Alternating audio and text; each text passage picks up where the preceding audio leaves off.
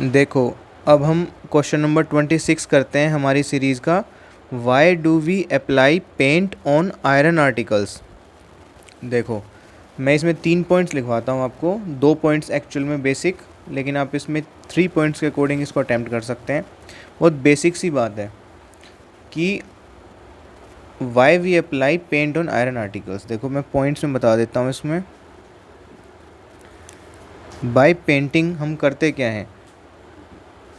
By painting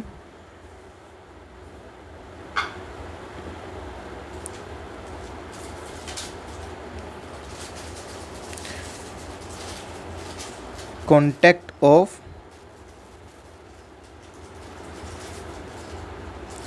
iron articles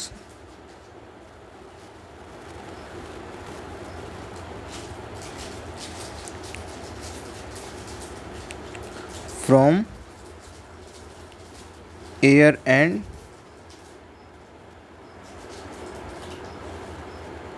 moisture is cut off। इस line को आप ज़रूरी नहीं है कि इसी तरह से लिखें, क्योंकि हम कहना ये चाह रहे हैं कि हम पेंट इसलिए करते हैं आयरन आर्टिकल्स को ताकि वो एयर और मॉइस्चर के कांटेक्ट में ना आ सकें। क्योंकि वो एयर और मॉइस्चर के कांटेक्ट में आएंगे तो लोहे को जंग लग जाएगा, क्योंकि आयरन आर्टिकल्स क्या है, हमारा लोहा ही तो है। तो लोहे को जंग लगने से बचाने के लिए ही हमें उस पर एक लेयर चढ़ानी पड़ती है। वो लेयर पेंट की ही है। सो हमें एक्चुअल में बेसिक हमारा पर्पज़ क्या है कि हमें अपने लोहे को जंग लगने से बचाना है। मींस अपने लोहे को, अपने आयरन आर्टिकल्स को रस्टिंग से बचाना है। सो सेकंड पॉइंट हम ये लिख सकते हैं। देखो, दिस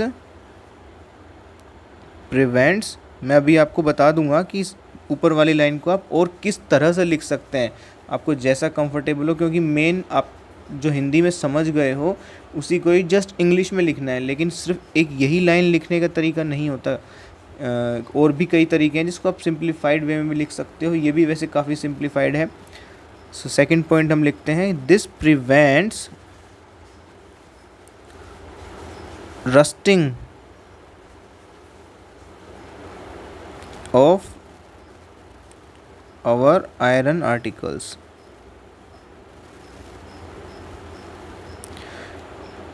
क्योंकि एयर और मॉइस्चर के कांटेक्ट में ना आए इसलिए हम पेंट कर देते हैं, और पेंट करने से हमारा आयरन आर्टिकल्स रस्टिंग से बच जाते हैं।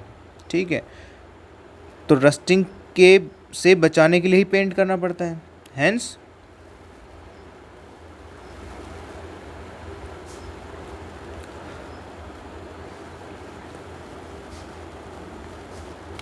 पेंटिंग इज डन, यानी पेंटिंग की जाती है आयरन आर्टिकल्स को रस्टिंग से बचाने के लिए। Hence painting is done to prevent our iron articles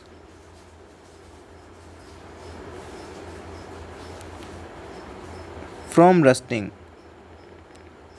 rusting का आप जा कर के चेक करना गूगल पे, आपको सीधा हिंदी में शब्द दिखाएगा, जंग लगना। जंग लगने से मतलब है यहाँ पे गलने से, मीन्स उसकी केमिकल रिएक्शन होने लग जाती है। मीन्स वो ऑक्सीडाइज होने लग जाता है मॉइस्चर और एयर की प्रेजेंस में। मीन्स आपका लोहा बेकार होने लग जाता है, ख़राब होने लग जाता है। उसकी केमिकल रिएक्शन किसी और से नहीं होनी चाहिए, ताकि वो आपका सालों साल चलता रहे मटेरियल। आप लोहे के टेबल, कुर्सी, चेयर, काफ़ी चीज़ें बनाते हैं। अगर उन पे दरवाजे भी होते हैं, तो अगर उन पे जंग लग जाएगा, क्योंकि बारिश तो हर साल आती है, तो अगर एयर और मॉइस्चर उसमें होगी, क्योंकि बारिश के बाद जून के बाद जुलाई का, अगस्त का जो महीना होता है बहुत ह्यूमिडिटी वाला एटमॉस्फेयर हो जाता है, बहुत ज़्यादा मॉइस्चर वाला एटमॉस्फेयर हो जाता है। उस टाइम पे अगर आपके आयरन नेल्स बिना पेंट के होंगे तो वो डेफिनेटली जंग ही लगेंगे और ख़राब ही होंगे। तो हमें अपने आयरन आर्टिकल्स को बचाने के लिए पेंट करना पड़ता है। मीन्स रस्टिंग से बचाने के लिए पेंट करना पड़ता है। रस्टिंग मीन्स जंग लगना। जंग लगने का मतलब ये केमिकल रिएक्शन होती है, यानी ऑक्सीडेशन होता है उसका एयर की प्रेजेंस में। सो हमें एक्चुअल में ऑक्सीडेशन से बचाना होता है। रस्टिंग से बचाना होता है। सो एक तो ये लाइन बन जाती है आपकी।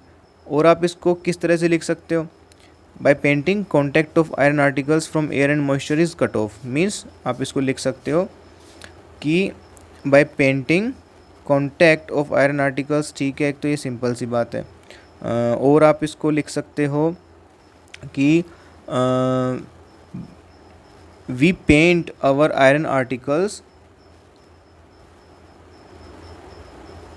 To remove the contact of, to remove their contact from air and moisture, है ना।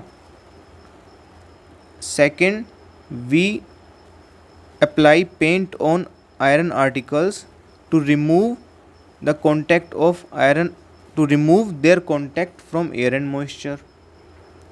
रिमूव वाला स्टेटमेंट डाल सकते हो आप यहाँ पे। बाकी ये दूसरा और तीसरा स्टेटमेंट तो एज इट इज़ रहेगा। सो आपका ये कंसेप्ट आई थिंक अब क्लियर है। I hope it is very clear to you now.